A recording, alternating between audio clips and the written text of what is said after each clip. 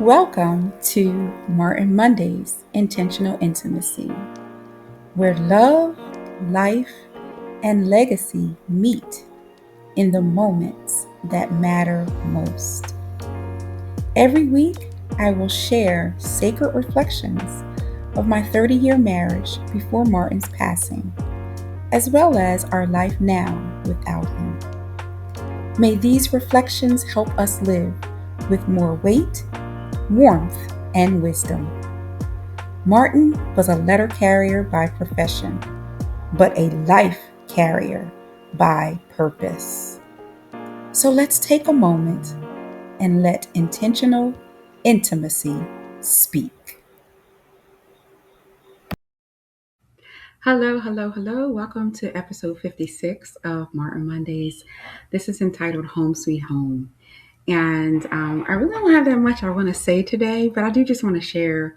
I've done a lot of reflecting after my weekend. And so I had a very full weekend. And this might just be one big reflection. I think sometimes I generally tell a story and then I reflect on the end. And so I really don't have a Martin story per se. I really have a reflection about our life now without him. And so I had a full weekend, like I said. I spent Saturday with my goddaughter. Her birthday's coming up, and so I got to spend some mommy goddaughter time with her. And we just had a lot of just discussions about life in general. She has some transitions going on in her life, and I was just there to listen, and as time allowed and as the conversation allowed, I would just interject and share different things. But something she said to me while we were out that really stuck with me and relates to Martin. And, she said, because Martin was always an encourager to her, and they had a beautiful relationship. Martin had three sons, of course, and didn't have a daughter. So his two goddaughters were very special to him. And I don't know, it's something different about a father daughter relationship and like a mother son relationship. So I think that's why I always wanted to have a little girl. I just wanted to see Martin, that little girl wrapping him around his finger. I shouldn't say it like that, but y'all know what I mean. And so, in any case, my goddaughter was saying that, it'll be 5 years for Martin coming in November, and she was saying that this was the first time Martin had visited her in her dreams, and it's at this point where she's in this mid transition, and he came at in her dreams at such a pivotal time because he brought such encouragement. He didn't say much, but he just appeared, in her dreams, and it just reminded her of, all the encouragement that he always gave her, when he was here. And that really stuck with me, like, wow, we never know the impact that we're having on people, and you're just living life. But when we're living it intentionally, showing forth love, showing forth, consistency in what we do and being an encouragement to others, we never have, a full concept of what all that's doing, but we gladly give it away because Martin is still giving, even when he's no longer here. Which reminds me of, what happened on Sunday. So Sunday, I ended up going to church with some sister friends. One of my friends, she and her husband have a new church that they attend, and so I went to visit them, and I had a great time. It's a very welcoming community, a very good message. It was an interesting message because they talked about friendship and it was great because here we are, sister friends, going out, but it was really good. It talked about being a friend, and that again reminded me of Martin, and being faithful and being committed and being someone that, is available and supportive and, being sacrificial, because sometimes being a friend requires sacrifice. And it also requires someone who's willing to walk beside you and willing to share. And that was Martin.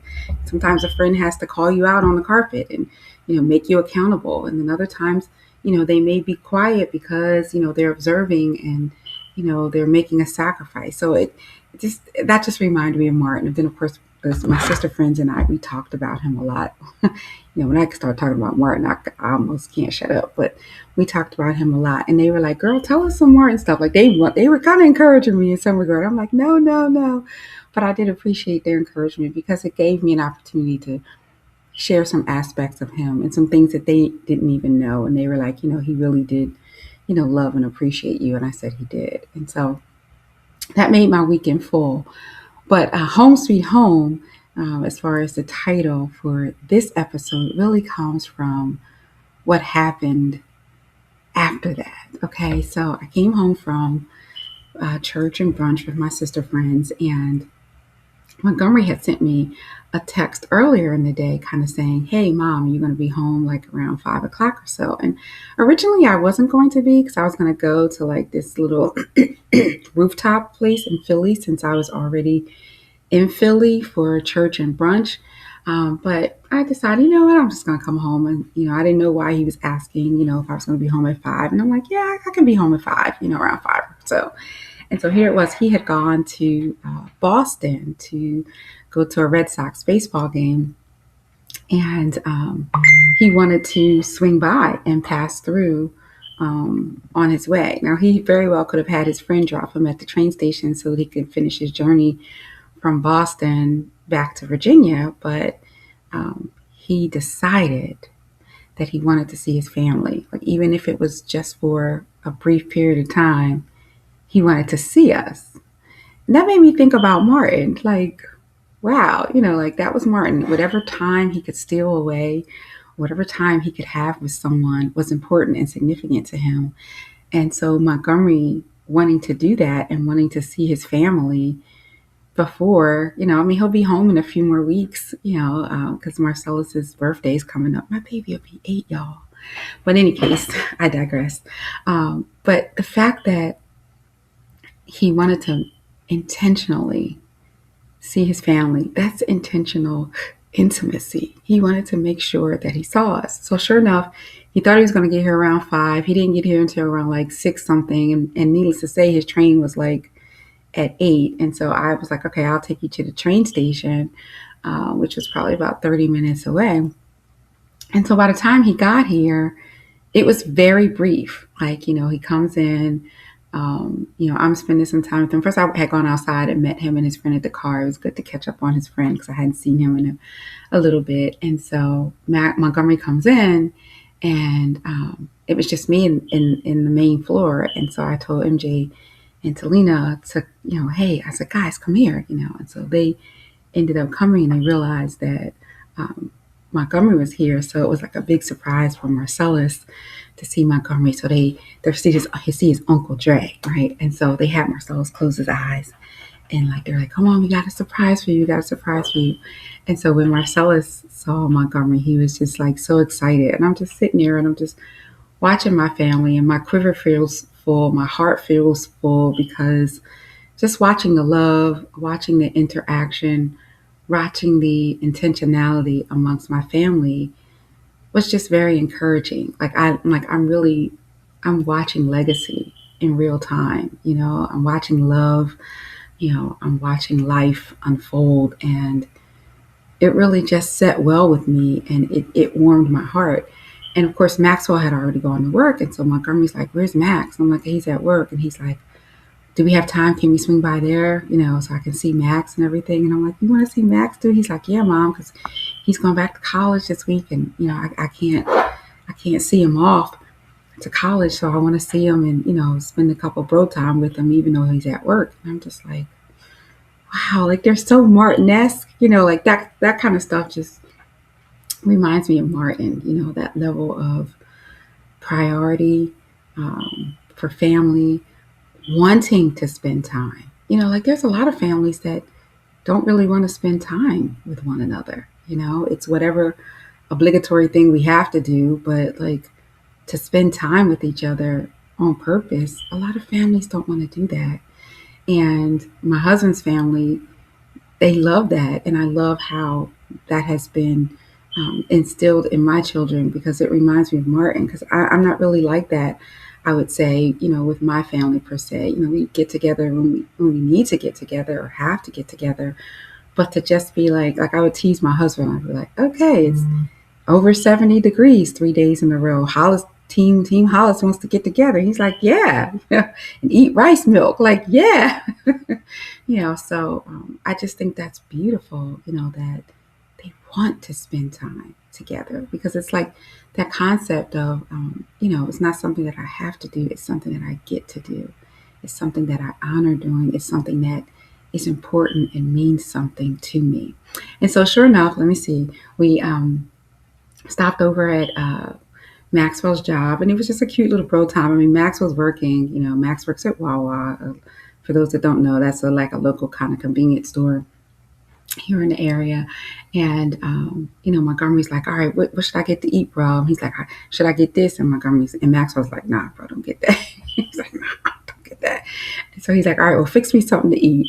So he fixed him something to eat, and it was just like so cute to kind of watch their interaction. And his coworker's like, that's your brother? You're like, yeah. So it was just like a cute little moment, yet again, warming my heart. And so then I just took Montgomery on to the train station, and we just talked about, some things in life and some things that he has upcoming and planning. And, it just blessed me because I'm like, wow, Martin would be so proud to see these boys and to see all that they're doing and all that they are and how they've grown. And, I know that, or at least I believe, that God gives him opportunity to, to see and observe. That might not be true, but in my heart, I just feel that, he's watching them. And I feel that he is continuing to undergird them, continuing to strengthen them, and continuing to be present in their lives. And so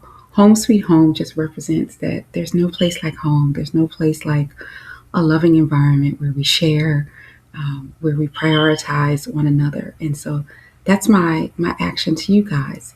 Be intentional this week. Let intentional intimacy be part of your interactions. Steal away time because you get to, not because you have to. But steal away some time this week to be with someone that you love and to spend some time with them on purpose, so that your living legacy can continue to grow. And so I encourage you to do that this week. And maybe not just this week, but often, oftentimes. Just do that, from week to week, and from day to day, even if it's just 5 minutes, getting back to my goddaughter, that was one of the action items. And one of the things we discussed was like, give me 10, like there was a summer show where the girl just needed a break and she just needed a moment. She's like, give me 10, give me 10, give me 10. And I kind of capitalized on that give me 10 concept with taking 10 focused minutes and doing something intentionally, where that's my solo focus. And I have found that in doing that, I get a lot done. Just take 10 minutes. The power of 10. Take 10 minutes and only be focused on that. Because, we're multitasking and we're doing one thing and thinking about other things. If we just take 10 minutes and focus in life on one thing every day, it's kind of amazing what we can get done. So maybe take 10 minutes, a conversation with someone, right? And do something intentionally to build and strengthen relationships, to be a friend, and to spend time with someone because you get to do it, not because you have to, but because you get to and you want to. So in the meantime, the intentional intimacy continue to be present in each and every one of our lives. Show love, be love, and I'll see you next time on Martin Mondays. Take care. Martin Mondays continues on Tuesday with the Tuesday Tea. Check it out and join me and take a sip.